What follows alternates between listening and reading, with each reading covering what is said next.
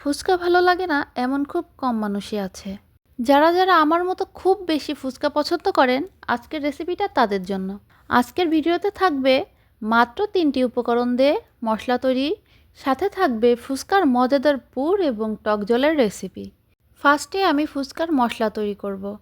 তার জন্য 4টা শুকনো মরিচ, হাফ চামচের মতো জিরা নিয়েছি। এগুলোকে ফ্রাই করে গুঁড়ি করে নিয়েছি। এখানে আস্ত ধনিয়া ইউজ করলে ভালো হতো, আমার কাছে না থাকায় আমি হাফ চামচের মতো ধনিয়া গুঁড়ি দিব এবং ভালোভাবে মিশিয়ে এক সাইডে রেখে দিব। এবার টক জল রেডি করব। তার জন্য একটি পাত্রে দিয়ে দেব কিছুটা তেঁতুল। তেঁতুলটাকে পানি দিয়ে কিছুক্ষণ ভিজিয়ে রাখব নরম হওয়ার জন্য।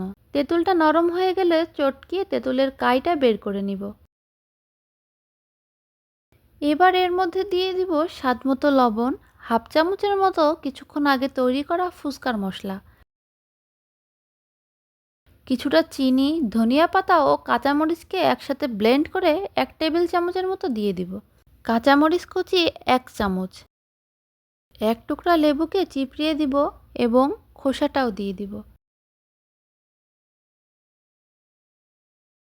এবার সবকিছু মিক্সড করে প্রয়োজন মতো পানি দিব এবং ওপর থেকে কিছুটা ধনিয়া পাতা কুচি ছড়িয়ে দিব।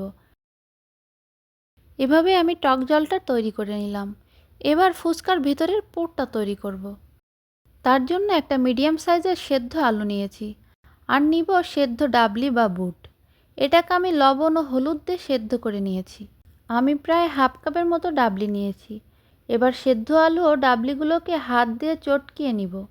এবার একে একে এর মধ্যে দিয়ে দিব 2 টেবিল চামচের মতো পেঁয়াজ কুচি, 1 চামচ কাঁচামরিচ কুচি, ধনিয়া পাতা কুচি 1 টেবিল চামচ, কিছুটা ধনিয়া পাতা ও মরিচ পেস্ট, স্বাদমতো লবণ, ফুচকা মশলা হাফ চামচের মতো আর দিব কয়েক চামচ টক জল।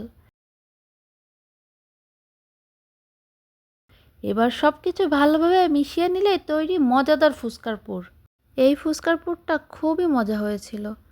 ফুচকার পুর যত টেস্টি হবে ফুচকা খেতে তত বেশি মজা লাগে। ফুচকার পুর, টক জল সাথে ফুচকা সবই রেডি।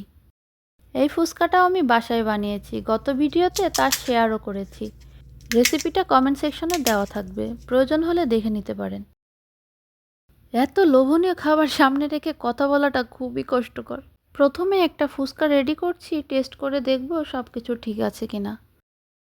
দোকানের মামাদের হাতে ফুচকার মতোই মজা হয়েছে। এবার ফুচকার দোকানের মামাদের মতো করে 1 প্লেট সাজিয়ে নিব। প্রথমে একটা বাটিতে টক জল দিলাম। এবার ফুচকাগুলোকে পুর ভরে নেই।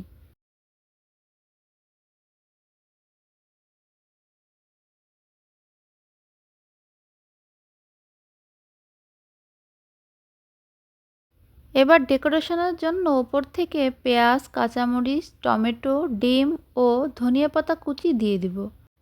দোকানের মামাদের মতো 1 প্লেট ফুচকা রেডিও করে ফেললাম। এবার শুধু খাওয়ার পালা। ট্রাস্ট মি, এই ফুচকাটা খুবই মজা হয়েছিল। দেখতে যেমন লোভনীয় হয়েছে, খেতেও হয়েছে দুর্দান্ত।